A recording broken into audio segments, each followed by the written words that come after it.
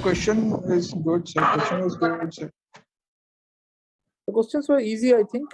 They were on the easier side. The electoral injury was Yeah. not See, 10% of questions has to be difficult. Okay, 10% should be very easy, 10% should be very difficult. The rest of the 80% should be in a range that all students can do. So any question paper is always set like that. Okay. So now when you talk about shock, I think you know the classification of shock as far as Savistton. Either it is something to do with a cardiogenic shock or a hypovolemic shock and a distributive shock. So this is purely Savistton, and this is something that we get to know from these points. Now, this is combined with what are the grades of hemorrhage. Well, you can make more points, like distributive shock is septic shock, anaphylactic shock, neurogenic shock. Some people add spinal shock to this, and endocrine shock, which are all a type of distributive shock. Hypovolemic shock can be again loss of blood or loss of tissue fluids are examples of hypovolemic shock. Now, whenever you talk about the grades of a shock, that means the examiner is asking you the ATLS grades of a blood loss, and this is something that you have known from your undergraduate days. That means grade 1, grade 2, grade 3, grade 4. 1, 2, 3, 4. 1 is less than 15%, 15 to 30, 30 to 40, and greater than 40. It is that rule of tennis. What you are required to quote is the changes in the heart rate, changes in the blood pressure, changes in respiratory rate, changes in urine output. This is also to be combined with the lactate levels, which will start increasing in grade 3 and grade 4, and the consciousness of the patient. The consciousness of the patient will be anxious in this block, will be apprehensive that he may have an physical assault. He will be drowsy in this part, and he will be comatose in this area. So this is all about the grades of hemorrhage. Nonetheless, you have a good working knowledge of this one. This is a well-known the rule of the tennis in a case of a hypovolemic shock. Now come to that question for 3 marks, in which you are asked about the agents that are used in angioembolization. Now, as I've said, this was only 3 marks question. If you have not written this part, don't worry, you will not score less marks, but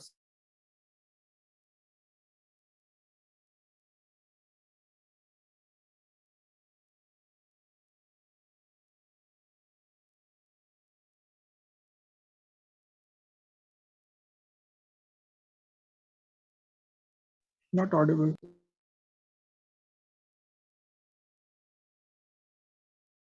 Hello?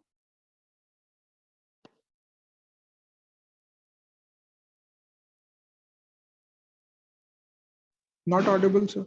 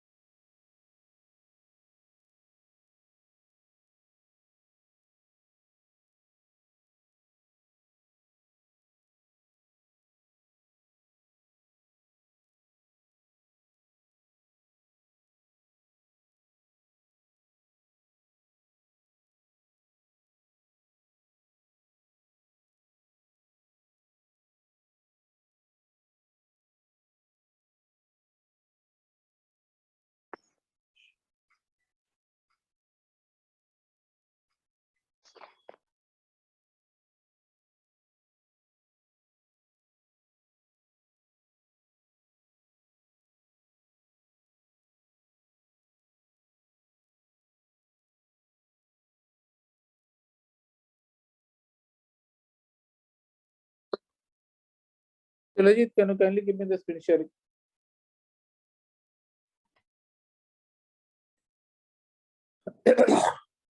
Enabled, sir.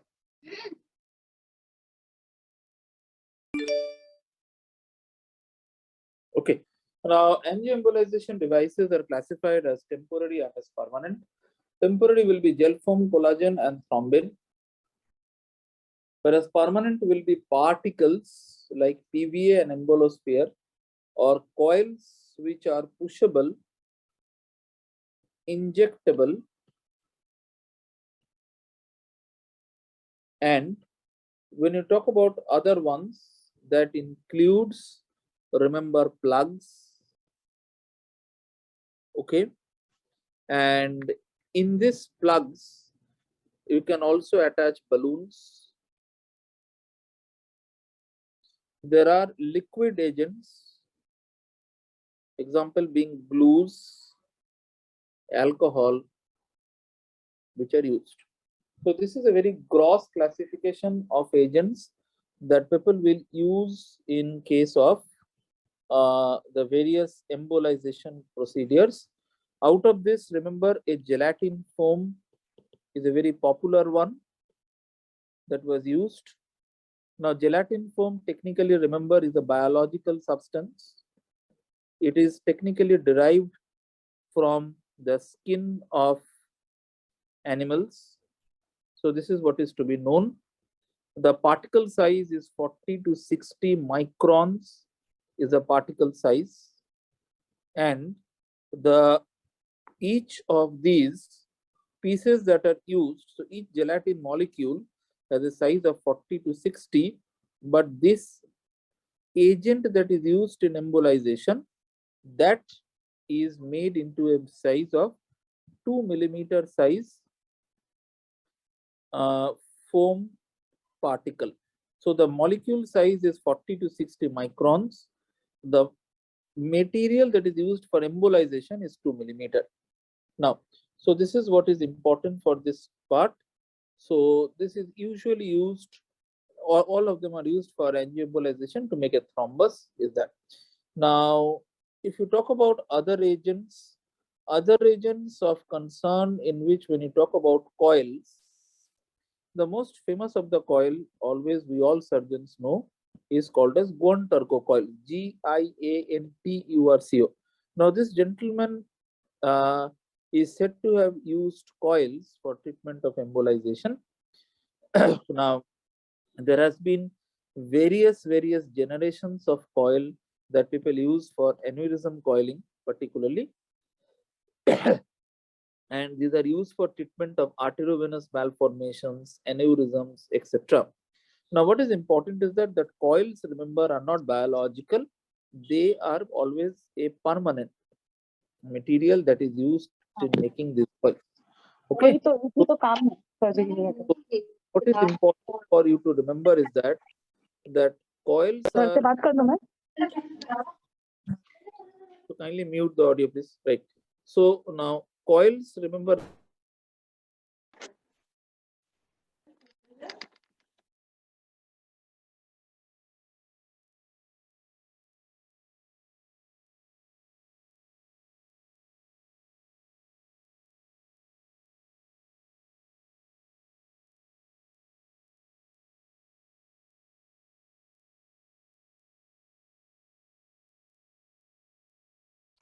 Hello. Hello.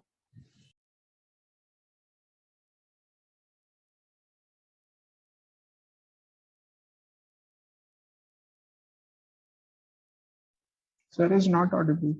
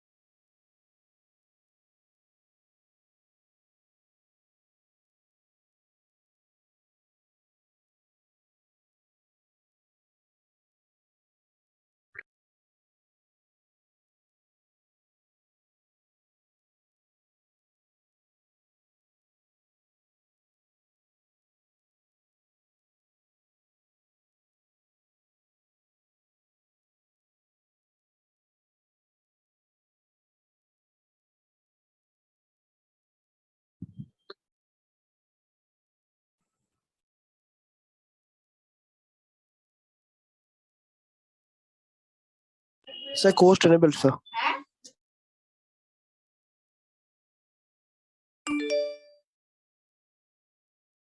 Sorry, the Zoom got crashing twice to begin with. I don't know how many times will it crash today. Now, to talk about the second question, this one I think was a very straight one. The local changes are described according to the Jackson's zones of Burns, and you are required to make a picture. This is called as the zone of coagulation. This is called as the zone of stasis, and this is called as the zone of erythema. For the question, remember the marks distribution was 3 marks, and not only mere mention, you are required to say what are the microscopic changes that are done or that are there in each of these zones. The second question that they have asked is the regional changes, and when there are regional changes, remember, could be in effect of local pain that will lead to disability of the limb. The next one could be truncal bonds that can lead to decrease in the movement of that part. Will be important if it is confined to the thorax. Okay. Number 3, regional changes could be in association with arteries, veins, and nerves, which can produce a limb ischemia. And these 3 regional changes that are there are technically all are early changes that are there in a Burns. Late changes are in form of a complication, that is a contracture. So these are all the regional changes that you are required to talk about. In this one, as a late change, you can talk about scarring that occurs. You can talk about blisters that can form. Depth of the burn and the classification is not in the question. If you have written, I do not think the examiner will be giving you something more marks to be added on this one. But if you have mentioned the word depth, I will not be giving any additional weightage on the depth.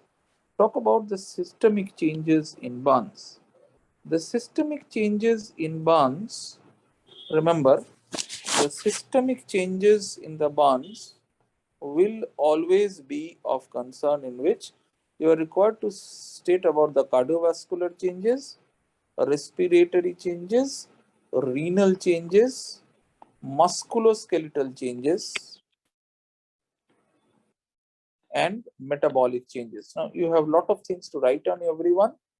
Remember that cardiovascular changes will start with varying degrees of hypovolemic shock.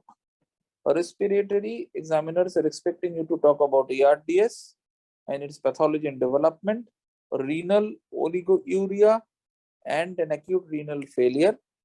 Musculoskeletal will be rhabdomyolysis, particularly in 3rd degree burns, and metabolic changes are multiple. Okay, and as with any major trauma, you are required to talk about what are the various hormones that are involved, what is the ebb phase and what is the flow phase in this one. It is good to talk about a chart from Saviston or a graph from Saviston to know about this part. Okay, so this is all about things that are important in this area. So this completes the second part of the story. Right, just allow me a minute. I will be there, just allow me a minute.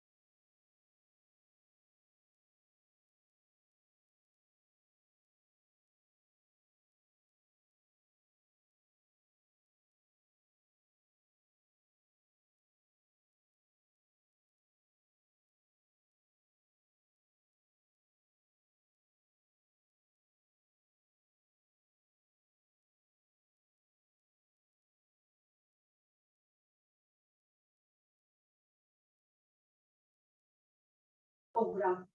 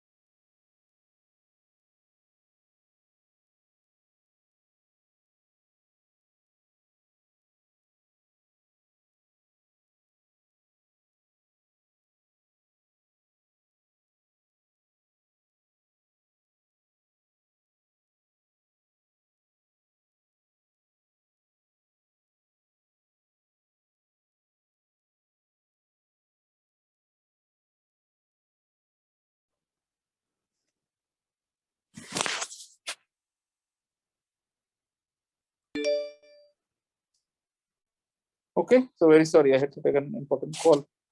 Now, so this is all about the various systemic changes. I think this was an easy question. So this question has been coming in exams, more or less you have done this. The next question is again in queue of this one is what are the metabolic changes that occur in a burn patient? And whenever you have maintained this one, that the metabolic changes, but the question has an interesting twist in which, remember, you are talking about the first month. Now, when you talk about the first month, what is exactly the point that you are required to state is, remember, there is a phase called as the ebb phase. There is a phase that is called as the flow phase. Now, the recommended read for this one is a chapter from Levin Bailey, and for 6 marks, you are required to write what are the hormones that are necessary for this.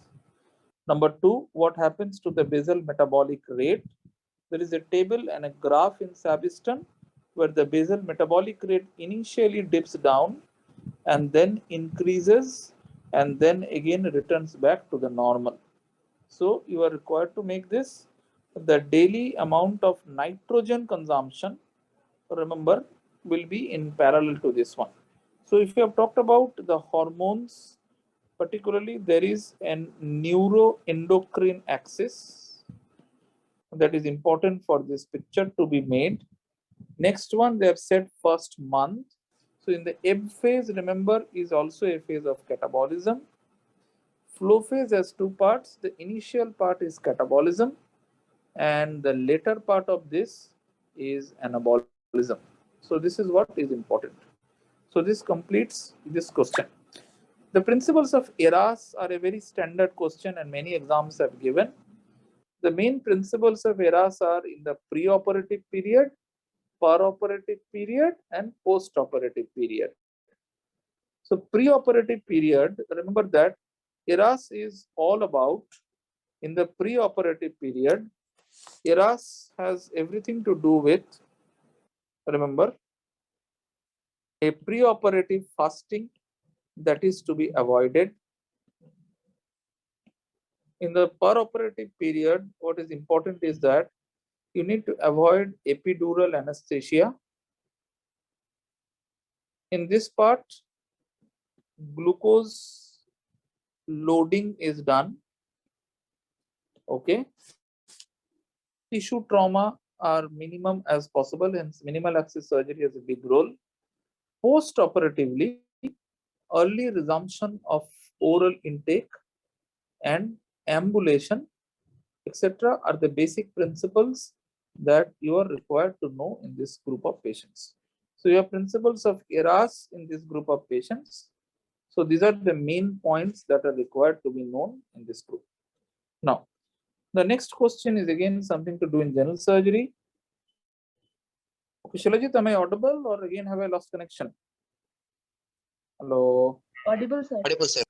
Audible, sir. Now, Audible. the question is again a simple one about DIC.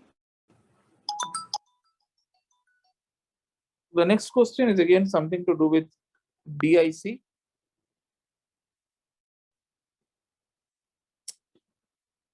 Just allow me a minute again.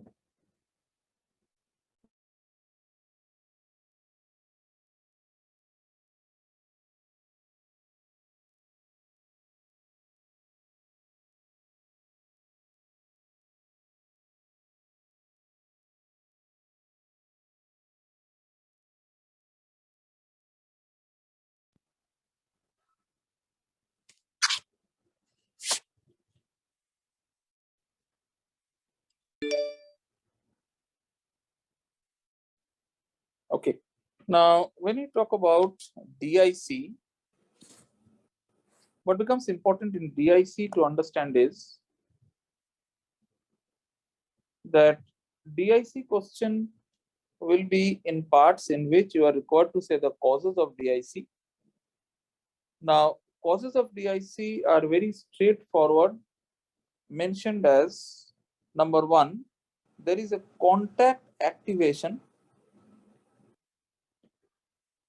of factor 12 and the intrinsic pathway. Now, what are the examples of this one, factor 12 and the intrinsic pathway? It could be in burns, it could be hemolytic uremic syndrome, nothing to do with surgery. It could be endotoxic shock, which is an important one. It could be blood transfusion, which can activate this factor. Whereas it could be an activation of the extrinsic pathway. Now, this activation of the extrinsic pathway can be, majority of them in surgical practice will be after a major trauma, again burns, and then there are lots of obstetric causes, like say for example, retained fetus, placental abruption, etc. Or it could be a direct activation of factor 10 or factor 5, prothrombin or thrombin. So these are the factors that are important in this one. This is only done by snake venom, again nothing to do with surgical practice. So in surgical practice, you have traumas, you have burns, etc., which become important. Now, the question has also asked you about not only the causes of DIC, but the question has also asked you about that discuss the monitoring of a patient in DIC. Now, monitoring of a patient in DIC has been a very specific point in which you are required to see the platelet counts, the APTT, the prothrombin time, the levels of fibrinogen, and D-dimer levels. That means fibrin degradation products, or that means this is technically the full complete coagulation profile. Also, people do a peripheral blood smear, and the blood smear is expected to see broken or fragmented RBCs, which are the second part of the description. What is the outline of management of such a patient?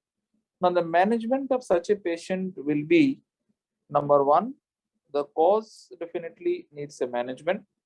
Number two, the volume replacement is a second goal. Third, followed by correction of the coagulation factors. That includes platelet transfusion, that includes a target more than 50,000, a cryoprecipitate, okay, or an FFP to keep the INR less than 1.5. Then there is a question of using heparin. Okay. Now, heparin, remember that, is used very specifically when you are giving it along with antithrombin 3 infusion. Particularly remember, this is not in surgical practice. When you have a chronic DIC with no overt bleed, this is important.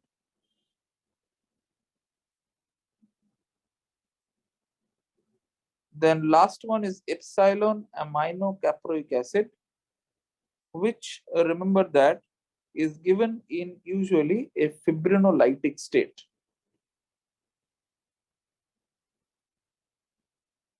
Okay, so these are the points to remember about DIC. DIC is majority of you must be getting this in a good answer because this is a common one for exams.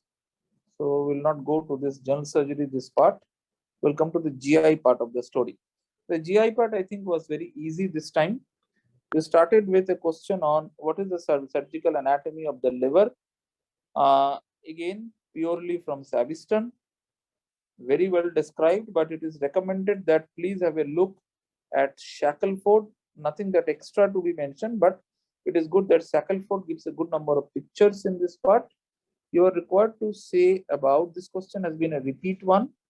You are required to say about what is the anatomical basis of the division of the liver.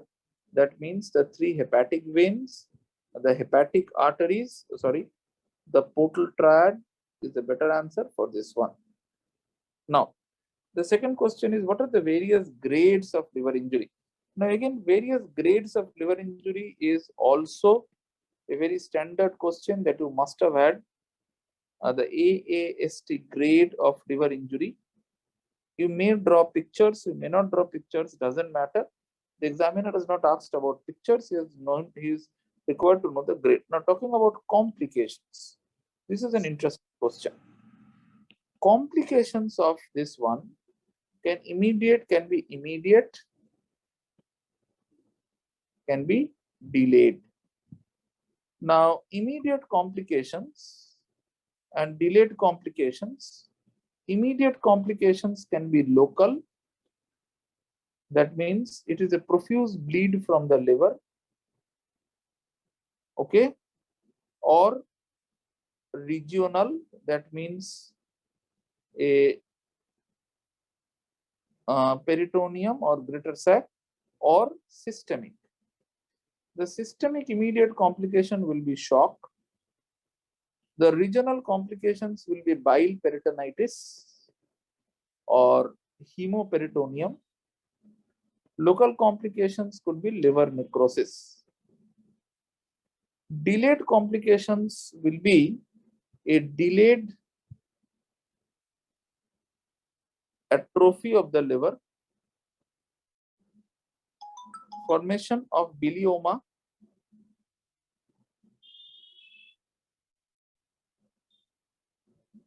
formation of bile duct strictures.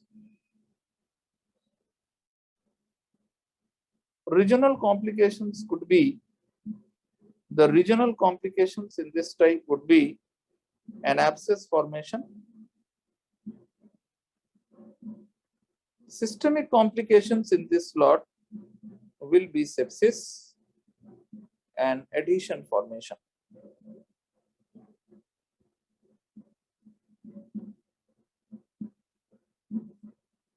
Okay, right. So this talks about liver injury. We'll now move to the next one. The next question is again with trauma. What is the management of urethral trauma? I do not know whether this has been taught in urology or not.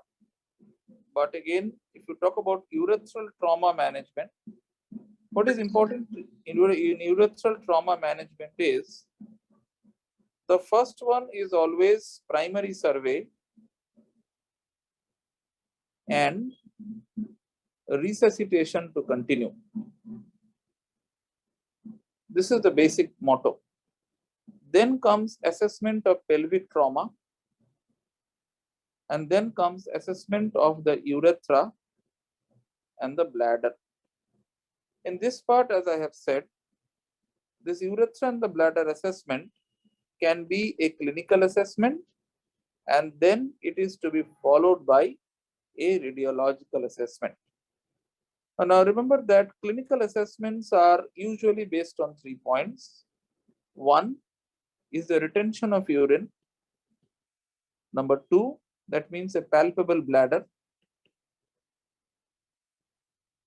Number 2 is blood at the tip of meatus. Number 3 in the story will be extravasation of urine.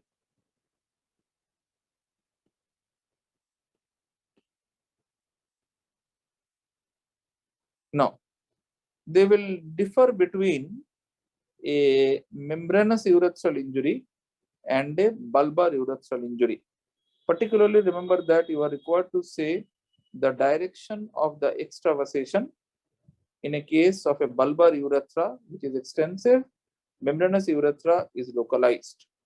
You are also required to say your findings on a digital rectal examination, in which you get to see a floating prostate in a patient with a membranous urethral injury.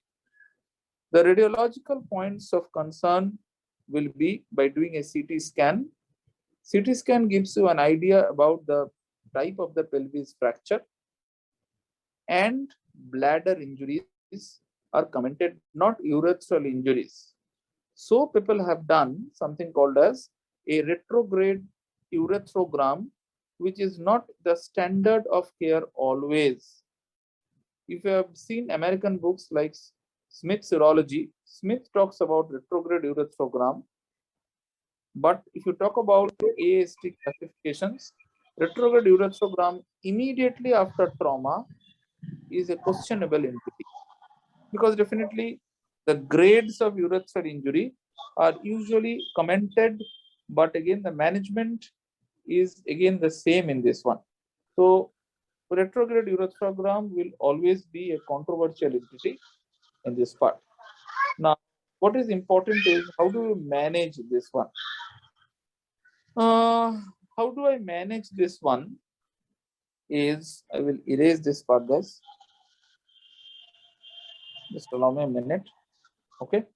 Now, how do I manage a patient with an urethral injury is very simple. Urethral injuries, majority of them will present with a retention of urine. Now, the logic is very simple.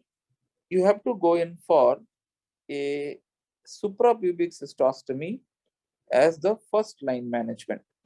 Now, there are schools which says that you can attempt a single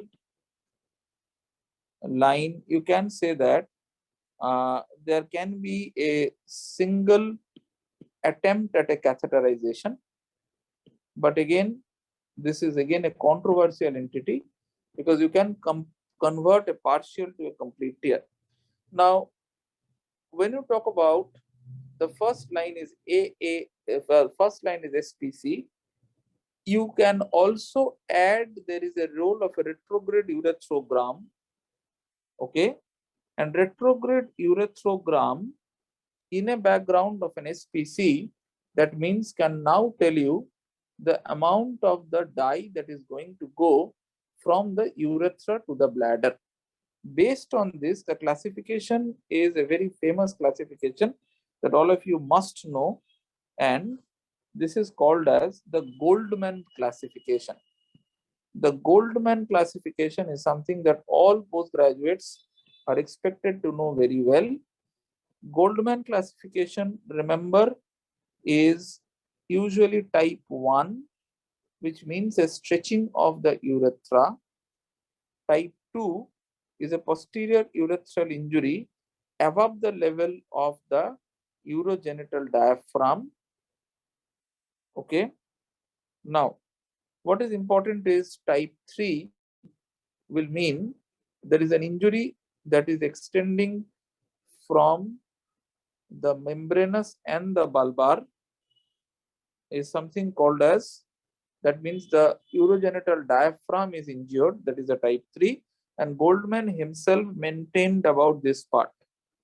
Type 4 and type 5 were something that were added later on by another classification system called as Colapinto. So these two guys, Colapinto and McCollum classification. So Colapinto, what he did was he added a type 4, which was technically a bladder base injury,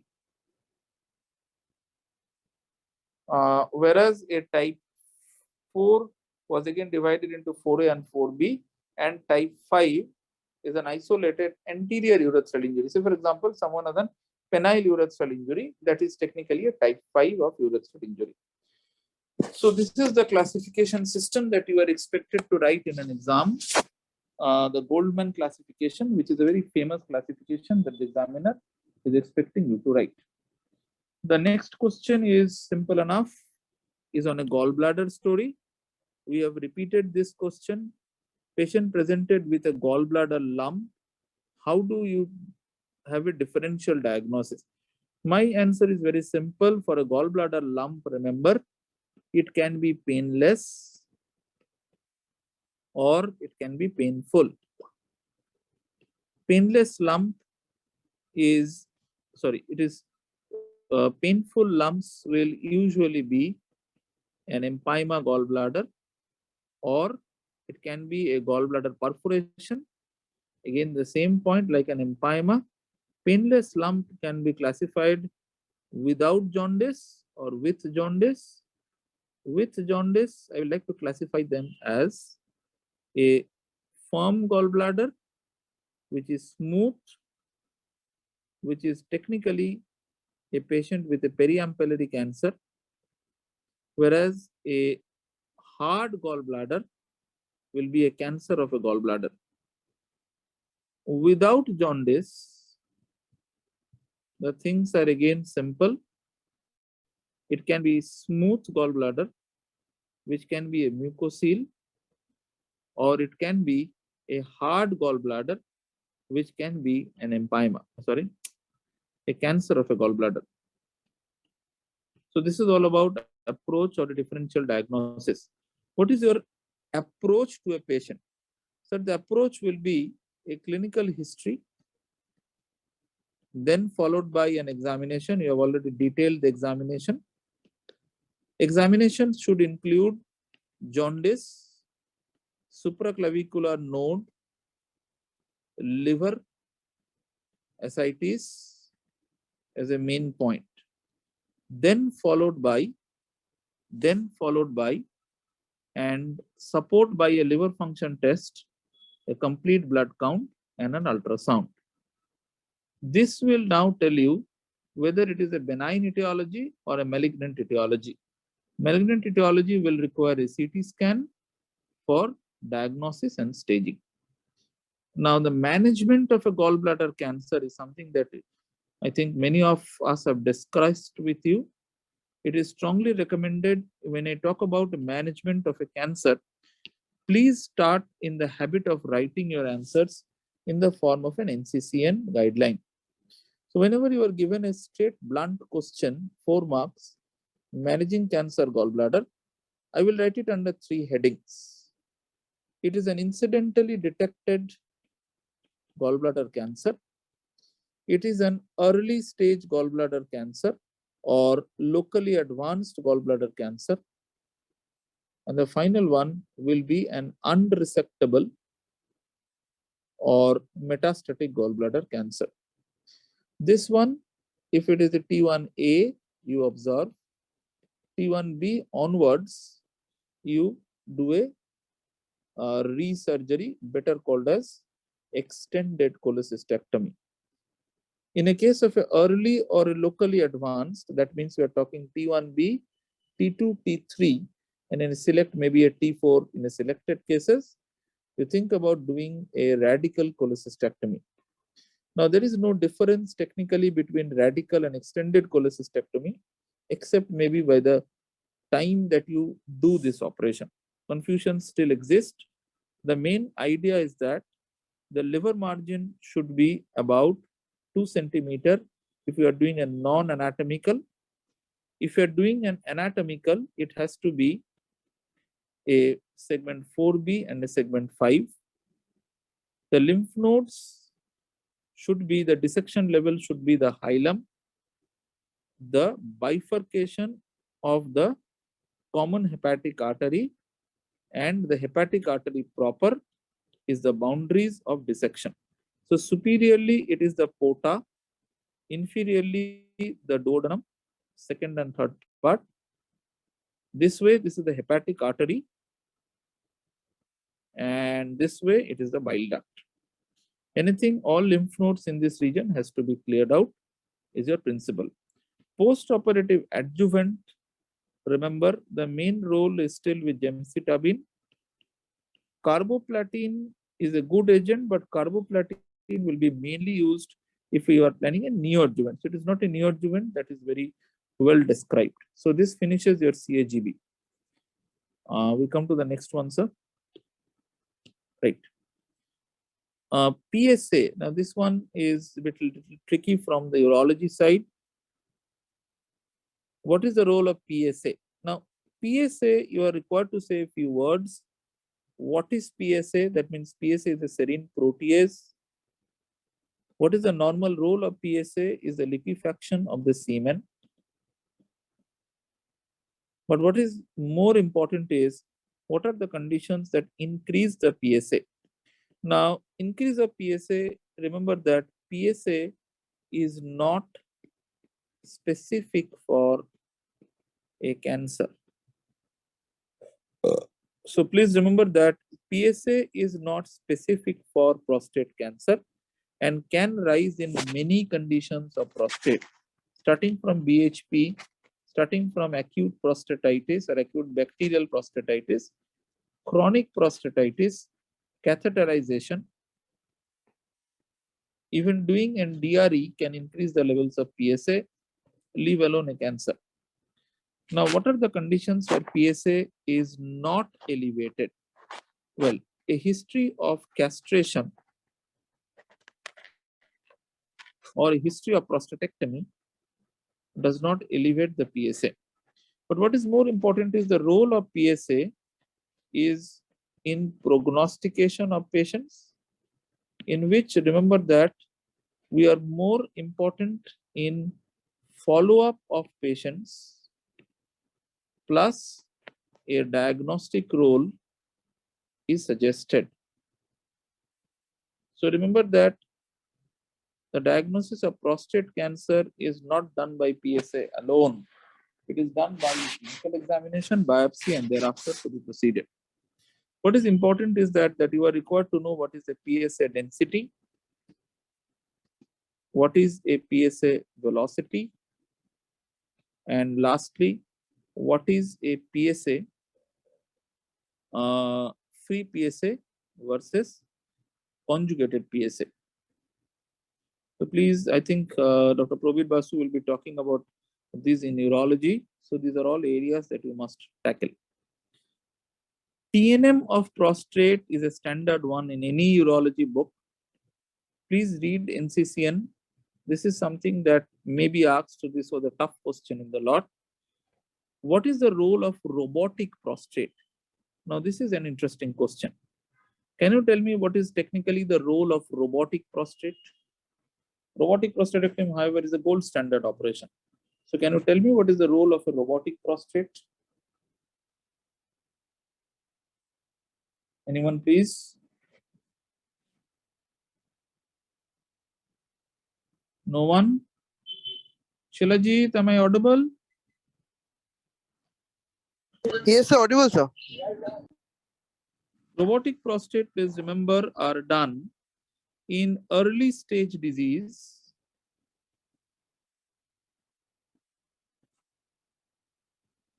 Number one. So number two is the patient is young. Okay. And what is important hence in this part is it always has to be nerve sparing to maintain the erectile function. So this is the only indication. The role for a lymphadenectomy with prostate is also important whenever you are doing a robotic prostate. So this is the only role of a robotic prostatectomy in this part. The next two questions are repeat questions, but I will still go through them. The first question is on something called a surgical audit. The last exam, this was discussed in a surgical audit. Okay, so I think we'll not be going through that question once again about a surgical audit, but still remember the audit cycle is something that is extremely important. The audit cycle is always an important part that is also important to know.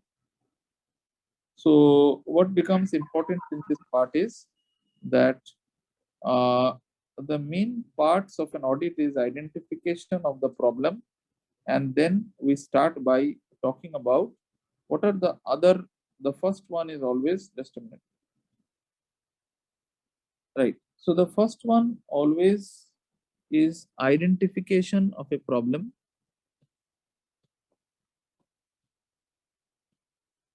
Then followed by definition of the standard, that what is the target that you want to achieve. Say for example, I want to achieve a known infection rate less than 1%. The next part will be a data collection. The next part will be a data analysis. Then followed by implementation of the changes.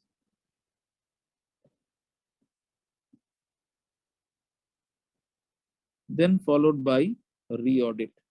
So you can use all of these steps, and in a patient with a hernia, you can identify, say for example, the identification of the problem, definition of the standard in your question can be that my surgical site infection rate is less than 1%.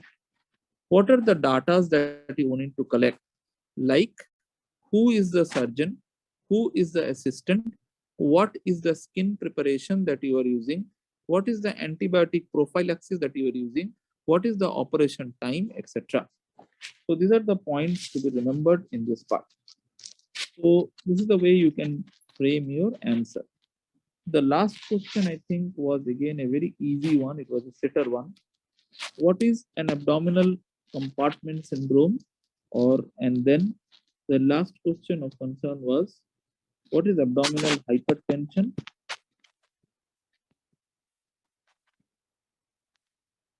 What is abdominal hypertension?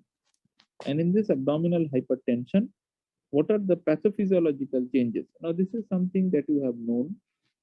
Now, what is important is that abdominal hypertension and abdominal compartment syndromes are technically a big spectrum.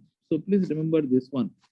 Abdominal hypertension is one where the the intra-abdominal pressure is more than 12 millimeter of mercury. So this is something that we know. You are required to, I have taught you this chapter, I know that. If this is intra-abdominal pressure, as I've said, the normal intra-abdominal pressure is up to 12 or 10. If it is more than that, remember that the oxygen function, or you may say the tissue perfusion, will gradually go down as you go down the graph. So 10, 25, and 40. This part you can talk about as a normal abdominal pressure. This part you can talk about as an intra-abdominal hypertension.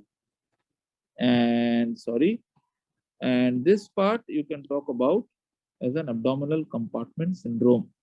So this is the ACS, this is IAH, and you know the rest of the answer.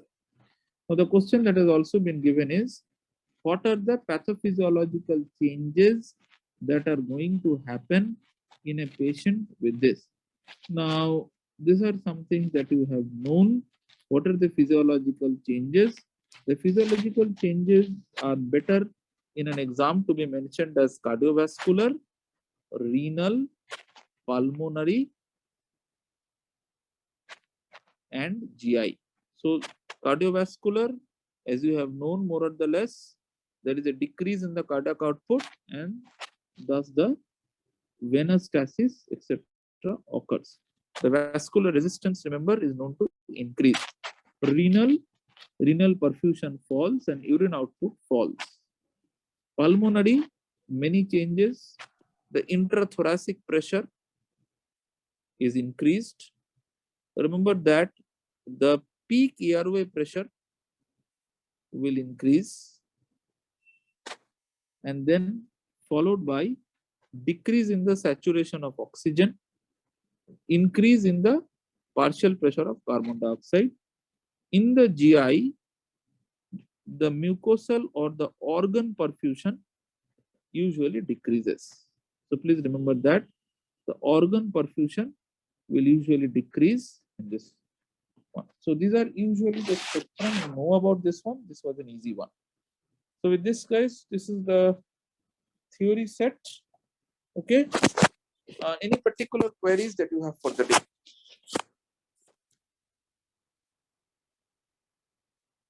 Hello. Hello. Yeah. Sir, the query is not related to the topics covered here. Yeah, sir. The query, sir, what should I mean by pulsatile secondaries? Pulsatile secondaries means they are technically, the word pulsatile secondaries means they are hypervascular secondaries. They are so much hypervascular that their temperature is more than the surrounding tissue, and the high increased blood flow in them, probably due to more arteries than veins, are going to produce a sensation of a transmitted pulsation in the lung. So that is a pulsatile secondary. Thank you, sir. Okay, right then. Thank you, everyone. Thank you, sir.